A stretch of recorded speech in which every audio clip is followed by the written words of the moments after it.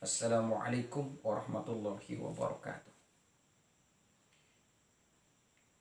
Alhamdulillahil qail innama yakhshallah min ibadihil ulama. Segala puja dan puji milik Allah Subhanahu wa taala. Salawat dan salam kepada junjungan kita Nabi besar Muhammad sallallahu alaihi wasallam. Para pemirsa yang saya muliakan, ulama warasatul anbiya adalah makhluk yang istimewa. Sehingga dijelaskan innama yakhshallah min ibadihil ulama. Sungguhnya yang pandai takut di antara hamba-hamba Allah kepada Allah adalah ulama. Maka akan datang suatu zaman di mana pada zaman itu manusia lari dari ulama dan fuqaha. Mereka tidak hanya sekedar lari, tapi justru sebagian mereka mempersekusi ulama. Apa bahaya mempersekusi ulama ini? Fa'iza kana akhir zaman yafiruna minal ulama wal fuqaha. Apabila datang akhir zaman mereka lari dari ulama dan fuqaha. Saya betaliyahumullahu ta'ala alaihim salasa baliyatin.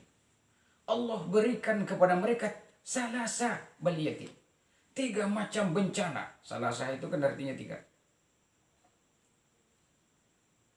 Yang pertama, yarfa'u barakatan min kasbihim wa rizkihim. Allah cabut keberkahan dari rezeki dan usahanya. Rezeki itu tidak hanya berbentuk harta, tapi juga berbentuk pangkat, berbentuk jabatan dan kedudukan. Oh, sadar bahwa pangkat dan jabatan itu hanya pinjaman sementara dan suatu saat dikembalikan kepada Allah Subhanahu wa taala. Panglima yang paling tertinggi adalah Allah. Dalam pramuka kan kita kenal yang namanya Lord Baden-Powell. Tapi panglima pramuka yang sejati Allah Subhanahu wa taala. Jadi justru itu orang yang mempersekusi ulama, menyakiti ulama, apalagi sampai mohon maaf membunuh ulama. Maka mereka itu diangkat Allah dari berkah. Berkah Allah diangkat dari rezeki dan usaha mereka. Artinya kekayaan mereka Allah tidak ridho. Pangkat mereka Allah tidak senang. Walaupun 4 bintangnya jenderal, Allah tidak ridho. Yang kedua, wa yusallituhumullahu ta'ala alaihim sultanan zalim. Allah berikan kepada mereka pemimpin-pemimpin yang zalim. Hadirin, sejak mendaratnya Cornelis de Houtman,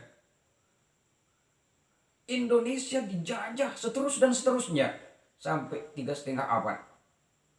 Kemudian mendarat pula pasukan Jepang 3,5 tahun. Ini merupakan salah satu bukti bahwa bangsa Indonesia pada zaman dulu pernah mempersekusi ulama. Tengok sejarah Sultan Amangkurat.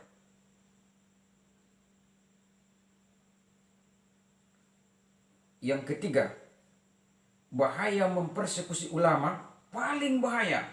Walaupun dia pandai membaca kitab kuning, banyak ilmunya, ahli dia sampai mencapai peringkat waliullah. Tapi kalau benci dengan zuriat Rasulullah sallallahu alaihi wasallam, ulama apalagi zuriat Rasul, yakhrujuna minad dunya bighairil iman. Akan keluar nyawanya dari dunia tanpa membawa iman. Dalam artian matinya mati haram. Kita berlindung summa na'udzubillahi min zalik. Billahi taufiq wal hidayah. Assalamualaikum warahmatullahi wabarakatuh.